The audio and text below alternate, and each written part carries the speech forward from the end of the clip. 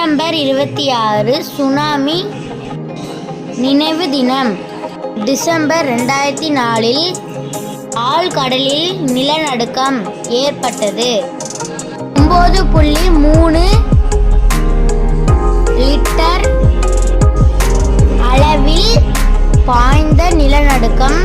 வரலாற்றில் பாதிப்பு கருவிகளில் எடுத்த அளவில் இந்த நிலநடுக்கம் இரண்டாவது பெரிய நிலநடுக்கம்.